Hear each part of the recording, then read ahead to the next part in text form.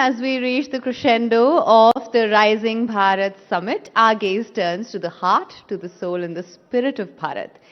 In our previous sessions, we heard how Bharat's AI ambitions are rooted in its rich digital heritage.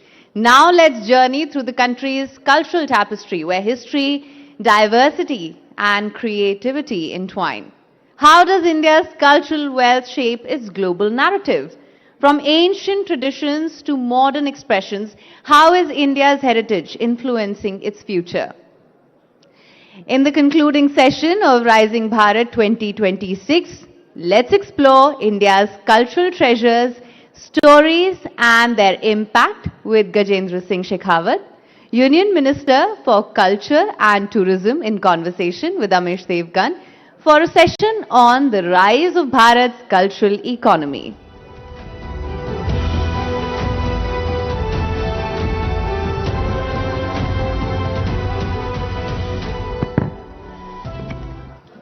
बहुत बहुत धन्यवाद। मेरा निवेदन है कि आप अपनी अपनी जगह पर बैठ जाइए।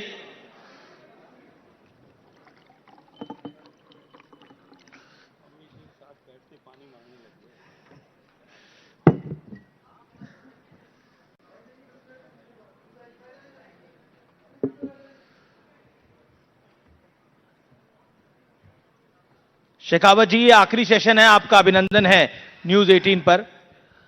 राइजिंग भारत समिट में आपका अभिनंदन है। आपसे आज ऐसे वक्त में बात हो रही है जब देश में mother of all deals US के साथ ट्रेड डील हो रही है, लेकिन दूसरी तरफ भारतीय जनता पार्टी की सरकार कह रही है कि भारत उभर रहा है, राइजिंग भारत है। प्रधानमंत्री जी भी कल इस मंच पर आए थे, उन्होंने भी बताया देश किस तरह से आगे बढ़ रहा है। लेकिन राहुल गांधी का एक ही नैरेटिव है, वो कहते हैं कि कॉम्प्रोमाइज्ड है प्रधानमंत्री। अमीश भाई, धन्यवाद आपका और धन्यवाद न्यूज 18 चैनल का कि उन्होंने भारत के बढ़ते हुए और बदलती हुई तस्वीर को देश और दुनिया के सामने रखने के लिए इस कॉन्क्लेव का आयोजन किया। आपने जब अपने प्रश्न की शुरुआत की, आपने बड़ी गर्मजोशी के साथ में बोला ये गजेंद्र भाई, ये आखिरी जो है सेशन है। मैं घबरा गया, फिर आपने ठीक कर दिया कि ये इस कॉन्क्लेव का आखिरी सेशन है। जी जी, मुझे लगा मुझे धमकी दे रहे हैं। देखिए, निश्चित रूप से भारत बदल रहा है और पूरा विश्व इस बात को स्वीकार करता है। जी, नरेंद्र मोदी जी के नेतृत्व में सरकार को काम करते हुए लगभग 12 साल का समय पूरा होने वाला है, 11.5 साल पूरे हो गए। पहले 5 साल फंडामेंटल काम करके ऐसी सारी कमियां जो इतने सालों से जो कुछ हो जाना चाहिए था वो जो नहीं हो पाया, सामान्य मानवी के जीवन में बचशेष रह गई कमियों को पूरा करने के लिए काम हुआ और उनकी ताकत को बढ़ा करके भारत के इंफ्रास्ट्रक्चर को स्ट्रेंथन करके पिछले 5 साल में माननीय प्रधानमंत्री जी के दूसरे स्पेल में देश की अर्थव्यवस्था को ऊपर उठाने के लिए काम किया। दुर्भाग्य से कोविड आया, लेकिन कोविड को भी एक अपॉर्चुनिटी, आपदा में अवसर खोजने का मंत्र देकर के देश में नया आत्मविश्वास फूंक करके अविश्वास से घिरे हुए भारत को विश्वास में तब्दील करने का काम माननीय नरेंद्र मोदी जी ने किया। भारत की अर्थव्यवस्था जिस गति के साथ में बढ़ रही है, जिस तरह से बढ़ रही है, नाउ इंडिया इज इनएविटेबल। पूरी दुनिया को भारत के साथ में कदम ताल करके काम करना ही पड़ेगा जी। और हमने देखा मदर ऑफ ऑल डील्स, जिसके लिए पिछले कई दशक से प्रयास हो रहे थे, नई शुरुआत नहीं थी, लगभग 22-23 साल से इसके लिए प्रयास हो रहे थे, वो सफल हुए और निश्चित रूप से भारत के लिए एक नया मार्ग खुला है। ठीक इसी तरह से अमेरिका के साथ में जो पूरे विश्व भर के ऊपर उन्होंने जिस तरह से एक टैरिफ का एक नया सिस्टम शुरू किया था, उसमें भारत को जो लेवरेज इस यूएस टैरिफ डील के बाद में मिला है और भारत के किसानों का, भारत के दुग्ध उत्पादकों का, भारत के पशुपालकों का, इन सब के हितों का संरक्षण करते हुए भी भारत के हित में इस तरह का निर्णय हो पाया है। मैं ये मानता हूं कि इन दोनों के बाद आने वाले समय में भारत की अर्थव्यवस्था का सुनहरा काल जो प्रारंभ हुआ है, ये और भी ज्यादा चमकदार बनेगा। निश्चित तौर पर सरकार अपने दावे करती है और एज अ न्यूज नेटवर्क हमारा काम है कुछ सवाल पूछना और सरकार को सत्य और तथ्य की कसौटी पर कसना। किसानों के मुद्दों को लेकर राहुल गांधी बहुत सी बयानबाजी कर रहे हैं। क्या आपको लगता है कि सरकार अपना मैसेज ठीक से पहुंचा नहीं पाई या विपक्ष को समझा नहीं पाई? देखिए, जो जानबूझ करके सोया हो ना, आंख मीच करके उसको जगाने का कोई रास्ता नहीं होता। पर राहुल गांधी कह रहे हैं मैं बहुत जागा हुआ हूं। मुझे मेरी बात, मैं सरकार को भी जगा रहा हूं। मुझे मेरी बात पूरी करने ले दीजिए जी। या अपने किसी पर्टिकुलर मोटिव को, अपनी किसी महत्वाकांक्षा को पूरा करने के लिए कोई अगर सोने का नाटक कर रहा हो या उससे इतर बात कर रहा हो, तब उसको जगाने का या उसको उस मार्ग से हटाना बहुत कठिन होता है। इससे इतर हट करके जो आपके पहले प्रश्न में भी जो कुछ बाकी रह गया था, उसका और आपके इस दोनों प्रश्न का उत्तर एक साथ देता हूं। देखिए, विपक्ष में होने के नाते कुछ ना कुछ करना, सरकार की आलोचना करना उनकी शायद मजबूरी होगी, लेकिन हर ऐसे अवसर पर जब भारत के 140 करोड़ लोग अपने आप को भारतीय होने पर गर्व कर सकें, हर ऐसे अवसर पर भारत को उस गर्व के बोध को नीचा दिखाने, कम करने का काम राहुल गांधी जी ने किया। मैं कुछ उदाहरण दे देता हूं आपको। सर्जिकल स्ट्राइक हुई, पहली बार भारत ने अपनी सीमा से बाहर प्रतिकार किया, पूरे विश्व को यह संदेश दिया कि भारत अब नया भारत, सशक्त भारत, भारत विरुद्ध होने वाली किसी भी गतिविधि को, चाहे वो भारत की भूमि पर हो या बाहर, अब बर्दाश्त नहीं करेगा। प्रश्न के बादल खड़े किए गए। एयर स्ट्राइक हुई, पहली बार भारत ने अपना एयर स्पेस क्रॉस करके और कार्रवाई की, उसके ऊपर कालिक पोतने का काम किसने किया? भारत की ताकत बढ़ाने के लिए जो पिछले 20-25 वर्षों से जिस तरह का एक लॉकजैम की स्टेटस थी, स्टैंड स्टिल की जो पोजीशन हो गई थी, उसके कारण से हम अपने पड़ोसी देशों की एयर डिफेंस की ताकत से कहीं पीछे रह गए थे। उसको पूरा करने के लिए रफाल की डील हुई। उस डील पर कितने तरह के प्रश्न खड़े किए गए थे? उस डील की टोटल जितनी कॉस्ट थी, जितना वॉल्यूम था, उससे ज्यादा के आंकड़े जो है, कई गुना आंकड़े भ्रष्टाचार हो गए। ऐसी बार बार कहा गया, दो देशों के बीच में संशय की स्थिति और रिलेशन खराब हो जाए, ऐसी स्थिति पैदा की गई। आखिर में सुप्रीम कोर्ट से तमाचा पढ़ करके खत्म हुआ। नए भारत की तस्वीर, संसद, नया भवन बना। उस समय में किस तरह की काम किया, उस सब को छोड़ दीजिए। कोविड के समय में भारत ने एक इतिहास रचा। पहली बार भारत में, भारत के 140 करोड़ लोगों को सुरक्षा चक्र देने के लिए भारत में वैक्सीन बनी। याद करिए वो दिन। ये आरएसएस की वैक्सीन है, ये भाजपा की वैक्सीन है, ये टेस्टेड वैक्सीन नहीं है। किसने संशय का बादल खड़ा करने की कोशिश की? राहुल गांधी जी कौन से विज्ञान के स्टूडेंट है कि वो जानते थे कि ये नहीं है? केवल और केवल भारत अपने गर्व के बोध को नए भारतवासी न कर सके, इसके लिए इस तरह के आचरण किया गया। अब ट्रेड डील होती है, और ट्रेड डील के समय में भी इसी तरह की बातें, बिना आधार के इस तरह की बातें करना। जब भारत की यूएस ट्रेड डील में यह स्पष्ट रूप से लिखा गया है कि एक भी ग्राम अनाज भारत में नहीं आ सकता, एक भी फल और सब्जी जो भारत में उत्पादित होती है वो भारत में नहीं आ सकती, एक भी डेयरी प्रोडक्ट भारत में नहीं आ सकता, फिर भी झूठ बोल कर एक आरोप है कि राहुल गांधी जो है वो देश के विरोध में कर रहे हैं बार बार, लेकिन वो एलओपी है। मैं ऐसा नहीं कह रहा हूं कि वो देश के विरोध में कर रहे हैं। नहीं, आपकी पार्टी बोलती है, आपकी सरकार बोलती है। Let me clear it. लेकिन मैं ये स्पष्ट कहता हूं कि वो जो कुछ कर रहे हैं उससे देश का अहित हो रहा है। वो अपनी व्यक्तिगत महत्वाकांक्षाओं की पूर्ति के लिए अपनी पार्टी को वापस सरकार में कराने के जिस तरह का आचरण और व्यवहार कर रहे हैं, उससे कहीं ना कहीं देश का नुकसान हो रहा है। 140 करोड़ भारतीय उसके कारण से शर्म के साथ नीचे देखने को मजबूर होते हैं और भारत की छवि पूरे विश्व भर में धूमिल होती है। लेकिन देखिए, राहुल गांधी एलओपी हैं, देश की एक बड़ी पार्टी के नेता है, गांधी परिवार से आते हैं वो, उनकी दादी ने, उनके पिताजी ने बलिदान दिया है। वो कहते हैं कि उनसे बेहतर देश को कौन जानता है।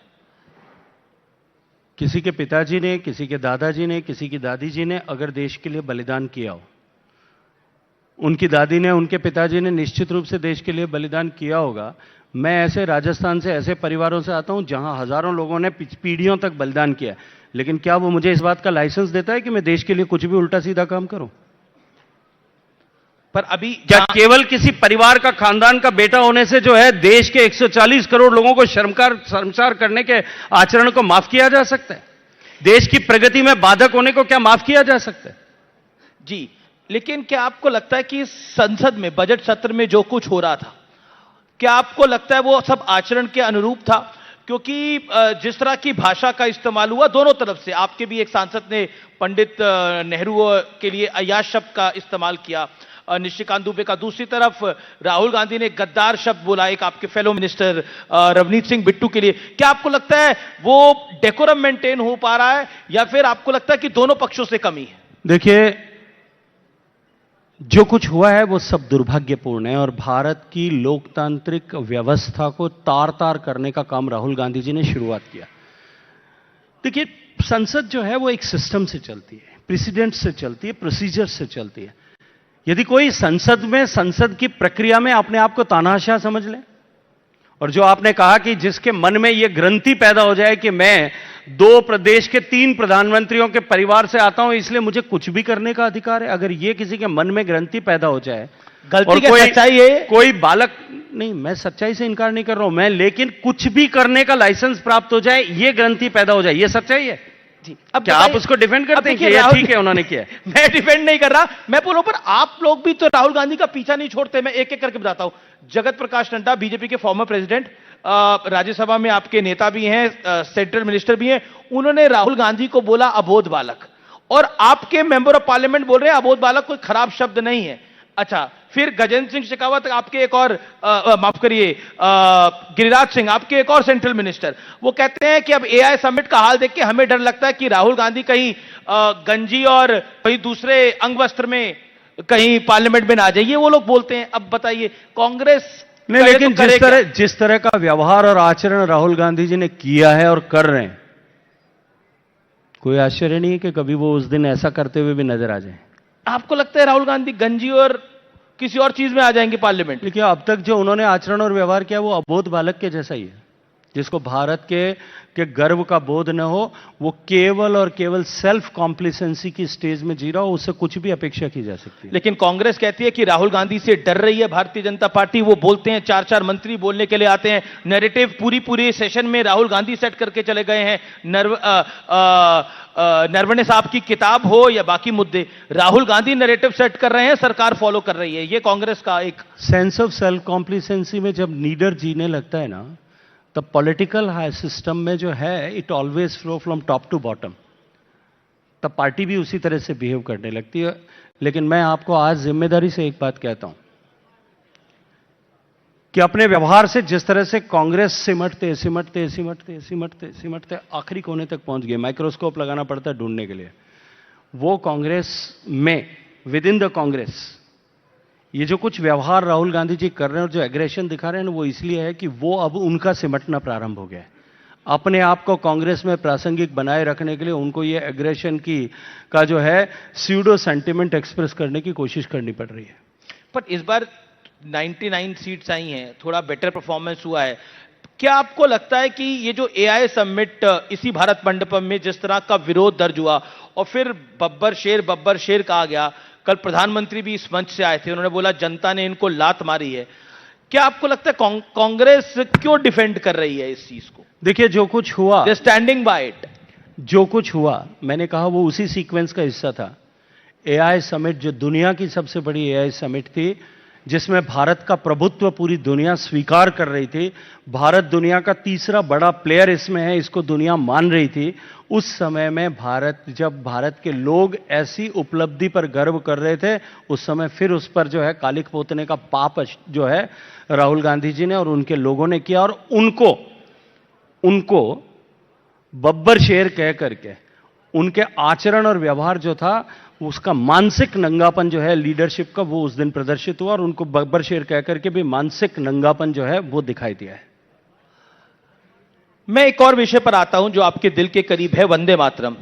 1937 में वंदे मातरम के 2 टुकड़े कर दिए गए थे और उसके बाद अब वंदे मातरम दोबारा राष्ट्रगीत के रूप में पूर्ण स्वरूप में गाया जाने लगा है। इसके क्या मायने हैं? क्योंकि ऑपोजिशन इस पे क्या बोल रहा है मैं बाद में आऊंगा, लेकिन ये लाने के पीछे औचित्य क्या था, सवाल ये है। मैं प्रतिप्रश्न करता हूं कि उसको काटने के पीछे क्या औचित्य था, पहले इस पर चर्चा होनी चाहिए। जी, लेकिन उसमें जब उसको छंद विच्छेद करा गया तो कारण बताया गया कि मोहम्मद अली जिन्ना द्वारा एक विरोध था और उसकी वजह से उसको छंद विच्छेद किया गया। लेकिन आज भी क्या मोहम्मद अली जिन्ना के द्वारा किए गए विरोध के कारण से एक ऐसे महान गीत जिसने भारत के स्वतंत्रता संग्राम को एक सूत्र में बांधने का काम किया, उस गीत को काट दिया था? क्या भारत को आजादी के ठीक बाद में यह निर्णय नहीं करना चाहिए था कि इसको वापस पूरे सिरे से पूरे तरीके से संपूर्ण सम्मान देते हुए उसको वापस पूर्णता के साथ में गाया जाए? लेकिन देखिए, क्योंकि आपकी मंत्रालय वो है, तो इसलिए मैं ये सवाल पूछ रहा हूं। तब यह निर्णय इसलिए किया गया कि देश एकजुट रहे।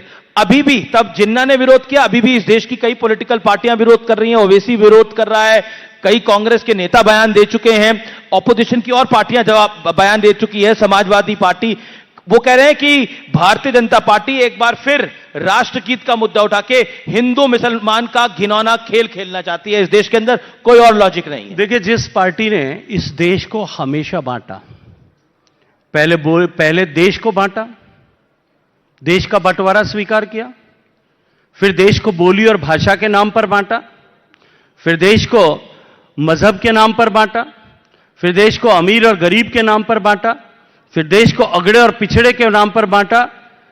जिन्होंने वंदे मातरम को बांटने का पाप किया, जिसका परिणाम देश का बंटवारा हुआ था, उनको बांटने के ऊपर प्रश्न चिन्ह खड़े करने का अधिकार जो है वो है नहीं, शेष नहीं रह गया। लेकिन एक आरोप यह भी है कि आपने, यानी भारतीय जनता पार्टी की सरकार ने यह बंगाल चुनावों के मद्देनजर किया। खेल बंगाल का था जो कि खेला गया। अब आरोप है। देखिए, आरोप लगाना, जिनका आरोप लगाते हैं उनका आरोप लगाना अधिकार है। जब डिमोनेटाइजेशन हुआ था ना, तब लोगों ने यह कहा था कि यह चुनाव को लेकर के किया गया। जब जीएसटी का फैसला हुआ था, तब लेकर के कहा था कि यह तो इस पर्टिकुलर स्टेट के चुनाव को लेकर के किया गया। अब जो लोग हर चीज में राजनीति ढूंढते रहते हैं, और क्योंकि उनके डीएनए में है कि उनके हर फैसला कुर्सी बचाने के लिए और कुर्सी पर बने रहने के लिए होता था, इसलिए जो आरोप लगाने वाले हैं उनको ऐसा ही दिखाई देता है। नहीं, वंदे मातरम का विरोध सिर्फ पॉलिटिकल पार्टियां नहीं कर रही, मुस्लिम पर्सनल लॉ बोर्ड भी कर रहा है, बड़े बड़े उलेमा भी कर रहे हैं। वो कह रहे हैं ये गलत है, ये तरीका आप मजबूर नहीं कर सकते। उस पर आप क्या कहना चाहते हैं? क्योंकि आपकी सरकार तो सबका साथ, सबका विकास, सबका विश्वास है। मैं फिर कहूंगा, भारत की आजादी की लड़ाई को जो अलग अलग जगह पर अलग अलग लोगों द्वारा अलग अलग तरीके से लड़ी जा रही थी, उनको एकता के सूत्र में बांधने का महान गीत, जिस गीत ने अविश्वास में दबे हुए भारत, मानसिक रूप से कुचले हुए भारत में एक विश्वास की ज्योति जागृत की थी। एक ऐसा गीत जिसको गुनगुनाते हुए हजारों लोग भारत माता को गुलामी की बेड़ियों से मुक्त कराने के लिए स्वतंत्रता संग्राम में अपने आप को आहूत कर पाए थे। एक ऐसा गीत जिसके शब्दों को, वंदे मातरम को उच्चारण करते हुए अनेक लोग देश के लिए अपना सर्वस्व समर्पण करके इस धरती में समाहित हो गए। जी, उस गीत पर इस तरह के प्रश्न चिन्ह खड़ा करना, मुझे लगता है कि उन सारे स्वतंत्रता सेनानी और हुतात्मा जिन्होंने ये संघर्ष किया, उनकी आत्मा को चोट पहुंचाने के बराबर है। आज भी जो इस मानसिकता को सोचते हैं, मुझे लगता है कि उनको अपने आचरण पर, अपनी मानसिकता को शर्म करनी चाहिए। जी, देखिए, जियोपॉलिटिकल सिनेरियो में हम सब लोग हैं। प्रधानमंत्री नरेंद्र मोदी कई बार कह चुके हैं हम युद्ध का नहीं, बुद्ध का देश है। लेकिन ईरान और इजराइल के बीच में जो इस समय तनाव चल रहा है और जिस तरह से इसका इंपैक्ट मिडिल ईस्ट तक पे आ रहा है, उसको आप कैसे देखते हैं? आपका इस पर क्या कहना होगा? देखिए, निश्चित रूप से जब पूरे विश्व भर में तनाव होता है तो कहीं ना कहीं, because it's a global village, आज दुनिया में दूरियां समाप्त हो गई, हर देश एक दूसरे से किसी न किसी रूप से जुड़ा हुआ है। लेकिन मैं फिर एक बात कहूंगा कि इस तरह की तनाव की परिस्थिति में भारत और भारत से निकला हुआ दर्शन, ये दोनों और भी ज्यादा प्रासंगिक हो जाते हैं, ये दोनों और भी ज्यादा रेलेवेंट हो जाते हैं। और तब माननीय प्रधानमंत्री जी जो कहते हैं कि भारत ने विश्व को युद्ध नहीं बुद्ध दिया है, तब आज भगवान बुद्ध की और बुद्ध के दर्शन की और भारत से निकले हुए दर्शन की प्रासंगिकता और महत्ता और बढ़ जाती है। अगर यहाँ पे स्थितियां और खराब होती है मिडिल ईस्ट के अंदर, ईरान के अटैक्स और बढ़ते हैं, तो हमारे काफी सारे लोग हैं, भारतीय हैं मिडिल ईस्ट के अंदर, तो सरकार निश्चित तौर पर उनके बारे में उस सरकार को सोचना होगा। मुझे लगता है कि पिछले 12 साल में यमन से लेकर के यूक्रेन तक इतनी बार यह सब कुछ हो चुका है कि अब भारत के लोग जो है ना, पर उनके परिवार चिंतित हैं जो अब भारत के लोग जो हैं वो अगर चांद पे भी रहते होंगे ना, नीला पासपोर्ट लेकर के रहते होंगे, तो वो बड़े जो है गर्व के साथ में रहते हैं, हिम्मत और हौसले के साथ में रहते हैं, क्योंकि वो जानते हैं कि हम कहीं भी होंगे देश का प्रधानमंत्री नरेंद्र मोदी हमारी चिंता करता है। जी, एक सवाल और राजनीति का है। अरविंद केजरीवाल को एक्विटल मिल गया है और वो कह रहे हैं कि षड्यंत्र किया गया मुझे फंसाने का। प्रधानमंत्री मोदी और केंद्रीय गृह मंत्री अमित शाह ने पूरा खेल रचा, अब सबके सामने आ गया है। यो आपका क्या कहना है? कहीं ना कहीं उनको एक्विटल मिला है, बड़ी बात है लोअर कोर्ट से। देखिए, न्यायालय के निर्णय पर मुझे टिप्पणी करने का अधिकार नहीं है, लेकिन देश के लोअर कोर्ट और जुडिशरी ने आगे जो डिसीजन किया वो फुल एंड फाइनल डिसीजन हो, या वो डिसीजन कभी दुनिया में देश में बदले नहीं गए हो, ऐसा हुआ नहीं है। उठा करके देखिए, बहुत सारे डिसीजन बहुत सारी जगहों पे जाकर के अलग अलग बदलते रहे, इसलिए बहुत जल्दबाजी में इस पर कोई टिप्पणी करना उचित नहीं होगा। जी, अगला राउंड वीडियो राउंड का है, फोटो राउंड का है। एक एक करके एक फोटो आएगी इस स्क्रीन पर और उस स्क्रीन पर, तो आप अपनी राय रखिएगा। पहली फोटो देखते हैं किसकी आ रही है। अभी तो मेरी आ रही है यार। अभी तो आपकी आ रही है। अभी ये राहुल गांधी जी की आ रही है, रेलिंग पे खड़े हैं। चलिए, रेलिंग पे खड़े हैं तब तक तो ठीक है, ऊपर से कूद कब रहे हैं उसका इंतजार करना चाहिए। अगली फोटो देखते हैं किसकी आ रही है। सवाल है विपक्ष का बेहतर नेता कौन है? मुझे तो सारे ही एक जैसे दिखाई देते। नहीं, राहुल गांधी, अखिलेश यादव या ममता बनर्जी, चूज वन। पर ये तीनों ही विपक्ष के नेता हैं, इसलिए इनको एक आपको बेहतर कौन लगता है? आपकी पर्सनल। जब मैं कहूंगा कि जब तीनों ही विपक्ष के नेता हैं तब क्यों मुझे इनकी तुलना करनी है? चलिए, अगला सवाल थोड़ा सरल है आपके लिए। बेहतर कांग्रेसी नेता कौन है? सोनिया गांधी जी, प्रियंका गांधी वाड्रा या राहुल गांधी? अब यह तो आसान चॉइस हो सकती है आपके लिए। तीनों सदन में है, तीनों से मुलाकात होती होगी। नहीं, मेरी तीनों से मुलाकात होती है, उसके जो है उसके सिलेक्शन के या उसके असेसमेंट के क्राइटेरिया अलग अलग हो सकते हैं। फिर भी सोनिया गांधी जी कंपैरेटिवली ग्रेसफुल रहती हैं, प्रियंका जी जो हैं कंपैरेटिवली सिंसियर रहती हैं पार्लियामेंट में, और भाई साहब के बारे में मैं कोई टिप्पणी नहीं करूंगा। जी, जी, जी। अगले सवाल के ऊपर आते हैं और ये आखिरी है। बेहतर प्रधानमंत्री कौन है? अटल बिहारी वाजपेयी, डॉक्टर मनमोहन सिंह, नरेंद्र मोदी? ये प्रश्न वैसा ही है जैसा मुझे ये पूछा जाए कि आपके दादा आपके लिए ज्यादा बड़े आदर्श हैं या पिता। जी, लेकिन फिर भी जवाब तो सभी के पास होता है। आप कुछ कहना चाहेंगे? लगता है कि ये कभी जो है अपने बुजुर्गों के प्रति, अपने बुजुर्गों के लिए तुलना की नहीं की जाती है मित्र, कभी नहीं की जाती। हम उस संस्कार में पैदा नहीं हुए कि हम अपने बुजुर्गों में अपने लीडर्स की तुलना फ्लिप कर लेते हैं। अटल बिहारी वाजपेयी से क्या सीखते हैं एक लाइन में? सौहार्द, निरंतरता, करुणा और उसके बाद में शब्द संचय। जी। डॉक्टर मनमोहन सिंह?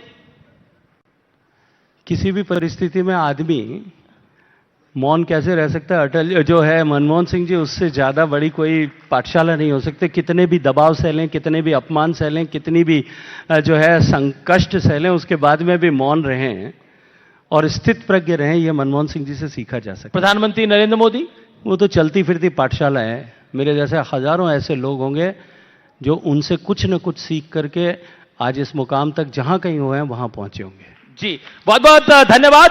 लेकिन 150 साल हो रहे हैं वंदे मातरम को, तो अब अपने अंदाज में एक बार अगर वंदे मातरम बोलना चाहें तो।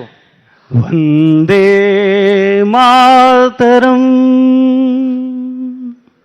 तालियों के साथ साथ ये वंदे मातरम। जय हिंद। बहुत बहुत धन्यवाद मंत्री जी आपका हमारे साथ आने के लिए और इस सेशन में भागीदार बनने के लिए बहुत बहुत धन्यवाद।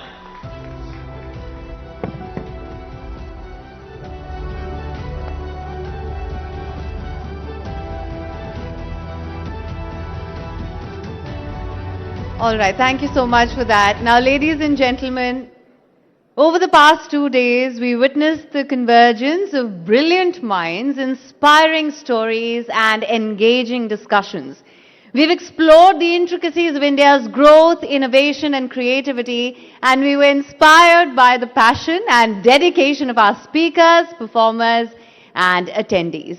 As we wrap up, we carry with us a renewed sense of purpose, a deeper understanding of the complexities and opportunities that lie ahead, and a stronger connection with one another. As we conclude this enriching summit, we would like to reiterate our heartfelt appreciation to our partners. Your unwavering support has enabled us to bring together the brightest minds and most innovative ideas. Thank you so much, our presenting partners, Jio Financial Services, our co-presenting partner, PhonePe and DS Group, and our powered by partner, Pernod Ricard India, and our Bharat Growth partner, ITC. Your support has been invaluable.